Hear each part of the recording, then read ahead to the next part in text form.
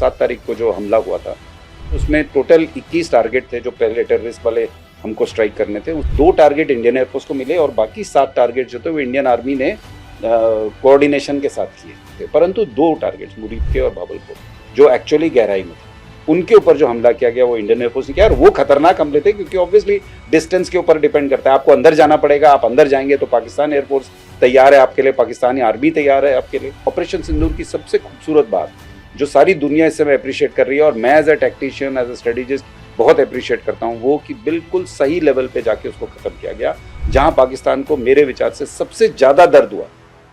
Operation सिंदूर की वो बात बता दो जो अभी तक देश के टीवी चैनलों की महापंचायतों में 7-8 मई 2025 की रात से नहीं आई है। जानना चाहते हैं सर आप, क्योंकि फाइटर जेट के टीचर रहे हैं, प्रिंसिपल रहे हैं, इसलिए हम जानना चाहते हैं। देखिए संजीव जी, वैसे तो बहुत ऑपरेशन सिंदूर पे विश्लेषण हो चुका है और विश्लेषण जो है कई ज्ञानियों ने भी किया है, एक्स एयरफोर्स के सीनियर अफसर हैं उन्होंने भी किया है। और उस समय जब सिंदूर चल रहा था तब मैंने भी उस पर विश्लेषण किया था कि किस तरह से हवाई हमले प्रोग्रेस कर रहे हैं, किस तरह से लड़ाई प्रोग्रेस कर रही है, क्या हमें करना चाहिए, क्या हमें नहीं करना चाहिए। और बेसिकली समाज को ये दिखाने के लिए, स्पेशली भारतीयों को, क्योंकि हमारी जो नैरेटिव वॉरफेयर में जो कमी है, जो एक बहुत बड़ा लेसन इस लड़ाई में बाहर आई है कि नैरेटिव वॉरफेयर में हम पीछे रह गए। पाकिस्तान ने 7 तारीख को कुछ कह दिया और सारा का सारी बात जो थी वो उसी पे चली गई कि कितने हवाई जहाज उन्होंने हमारी वायुसेना के नीचे गिराए, जबकि उस बात में कोई दम नहीं था। वो तथ्यात्मक बात बिल्कुल नहीं थी, उन्होंने सरासर झूठ बोला। परंतु वो सरासर झूठ लोगों की जुबान पे और मन पे इतना चढ़ गया क्योंकि उन्होंने इतना चढ़ाया, और इंटरनेशनल मीडिया में भी और अपने थ्रू भी, और ऑफ कोर्स चीनियों ने उनकी बहुत मदद करी। पर उसमें फिर हम नैरेटिव वॉर में पीछे रह गए। हम ये एक्सप्लेनेशन ही देते रह गए, हाथ साफ ही एक तरह से साफ गोई करते रह गए कि नहीं नहीं भाई, हम इतना नहीं हुआ है, ऐसा हुआ है, वैसा हुआ है। तो मुझे लगता है कि इस बात पे बहुत डिस्कशन हो चुका है, तो मैं इस बात पे तो ज़्यादा कुछ टिप्पणी करूंगा नहीं। परंतु मैं ज़रूर ये कहूँगा कि पहली तारीख को जो 7 तारीख को जो हमला हुआ था, उसमें भारतीय वायुसेना ने जो प्रदर्शन किया, वो मेरे विचार से as a strategist, as a tactical specialist, अगर यदि मैं भी किसी लड़ाई को प्लान करता तो शायद इससे बढ़िया तरीका नहीं हो सकता था। देखिए उसमें टोटल 21 टारगेट थे जो पहले टेररिस्ट वाले हमको स्ट्राइक करने थे। उस 21 में से फाइनली जो है 9 टारगेट सिलेक्ट किए गए। उन 9 टारगेट्स में से 2 टारगेट इंडियन एयरफोर्स को मिले और बाकी 7 टारगेट जो थे वो इंडियन आर्मी ने कोऑर्डिनेशन के साथ किए। ये ये जो है ना बात, लोग जनरली बोलते नहीं है, परंतु मैं इसको ओपनली बोल रहा हूँ क्योंकि ये बात सही है।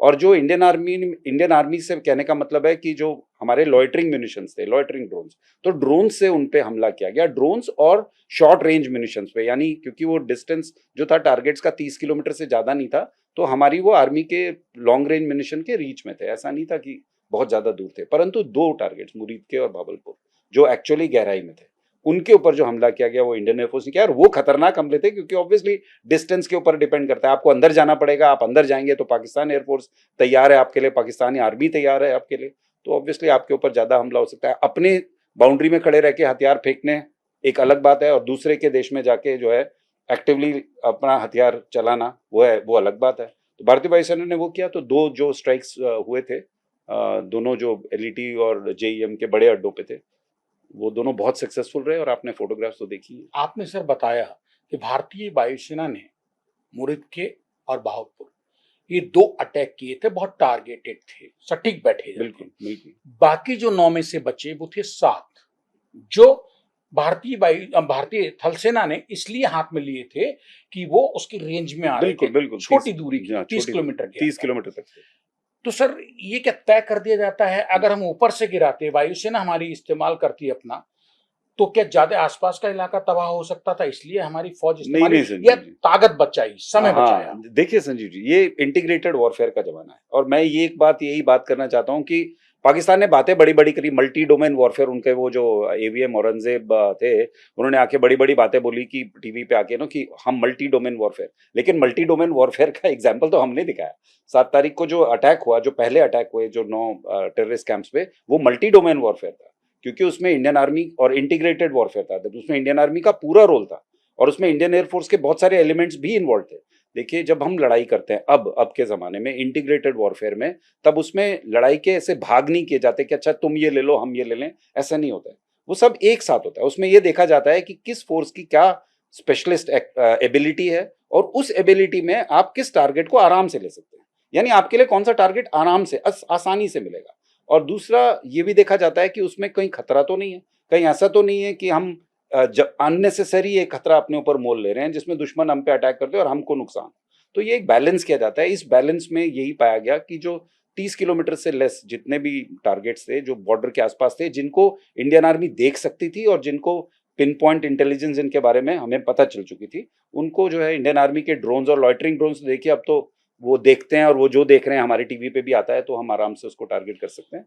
सर, देश के प्रधानमंत्री नरेंद्र मोदी, देश के रक्षा मंत्री राजनाथ सिंह, हम्म, अक्सर दोनों हम्म, जब उनको आक्रोशित किया जाता है तो ये कहते हैं हम घुस के मारेंगे। जी।